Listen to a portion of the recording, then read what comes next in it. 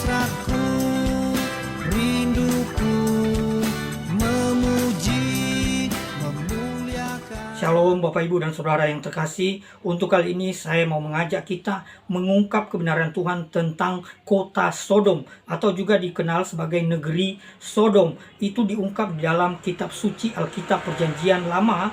Kita lihat di dalam Kejadian pasal yang ke-18 dan pasal yang ke-19. Kota Sodom itu dikenal sebagai kota yang jahat, kota yang berlaku tidak adil, kota yang menekan rakyat kecil, kota yang berlaku tidak benar terhadap orang lain, dan lebih-lebih lagi, kota ini terkenal dengan penyimpanan seks yang luar biasa.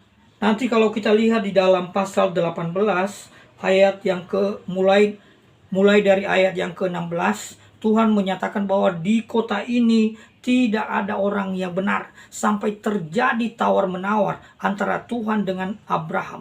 Abraham memohon kepada Tuhan, kalau saja ada orang-orang benar, masakah Tuhan akan memusnahkan kota ini? Ternyata setelah diselidiki, terjadi tawar-menawar, tidak ada satupun orang benar di kota ini. Mereka sungguh-sungguh jahat. Negeri ini atau kota ini terdiri dari 5 raja, dan masing-masing mengurus urusannya dalam hal kekayaannya. Mereka dikenal sebagai negeri atau kota yang kaya, makmur, dan memiliki harga diri yang tinggi. Nah, kalau kita lihat di dalam pasal yang ke-19, di kota inilah Lot dan keluarganya tinggal. Ketika mereka tinggal di sana, ada malaikat Tuhan yang berkunjung ke rumah ini. Ketika orang-orang di kota itu melihat bahwa ada yang sudah berkunjung, mereka datang hendak memakai atau memperkosa orang-orang itu. Walaupun itu laki-laki, mereka tidak peduli. Mereka memiliki penyimpangan seks yang luar biasa, sehingga mereka mau memperkosa orang-orang yang masuk ke tempat Lot atau ke rumah Lot. Namun malaikat Tuhan itu membutakan mata orang-orang itu sehingga mereka tidak bisa melakukan niat jahat mereka itu. Jadi sungguh-sungguh kota ini adalah kota yang terdiri dari orang-orang yang sangat jahat, dan bahkan mereka memiliki penyimpangan seks yang luar biasa. Mungkin itulah sebabnya dikenal istilah sodomi dari kata ini, karena ada penyimpangan seks yang tidak wajar. Wajarnya laki-laki dengan perempuan. Mungkin mereka laki-laki dengan laki-laki, perempuan dengan perempuan, dewasa dengan anak, anak dengan orang tua, dan sebagainya, sehingga disebut sebagai Sodom. Dan ada istilah yang muncul dari akar kata ini menjadi sodomi. Namun dalam keadaan mereka yang jahat, Allah sebenarnya hendak memperkenalkan diri. Mereka memiliki kesempatan untuk mengenal Allah melalui kehadiran keluarga Lot di tengah-tengah mereka. Namun mereka tidak mau mengenal Allah, tidak mau mengenal kebenaran. Mereka terus berlaku jahat, yang pada akhirnya Tuhan memusnahkan kota ini.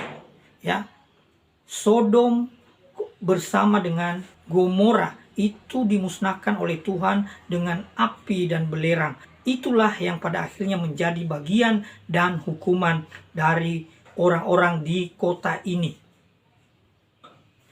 Bapak Ibu yang terkasih, ada pesan rohani yang mau saya bagikan, mau saya sampaikan kepada kita berdasar dari kebenaran tentang orang-orang rakyat di kota ini.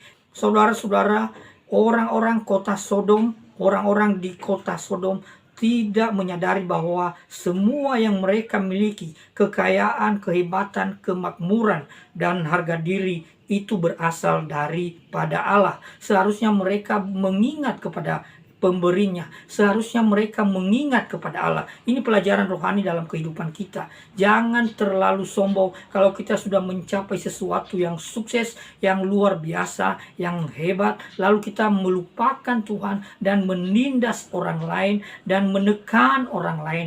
Itu tidak patut dalam kehidupan kekristenan kita. Bahkan untuk semua orang, inilah hal yang tidak patut. Kita di negeri ini adalah orang-orang yang beragama. Oleh sebab itu kita harus ingat kepada Allah yang memberikan berkat, kekayaan, kemakmuran dalam kehidupan kita.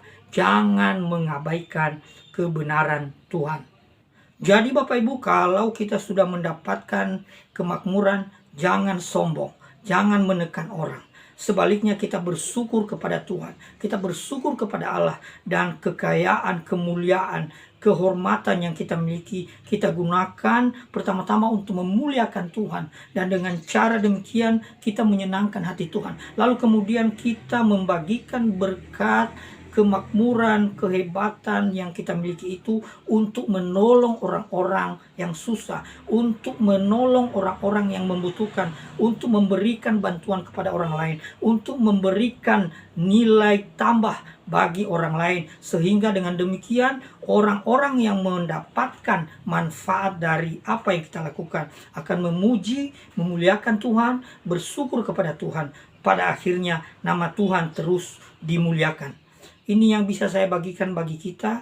Biarlah hidup kita ini dalam segala hal apa yang kita miliki saat ini, jangan sombong, jangan menekan orang lain. Biarlah itu semua untuk kemuliaan Tuhan. Biarlah itu menjadi nilai tambah yang bermanfaat bagi orang lain di sekitar kita.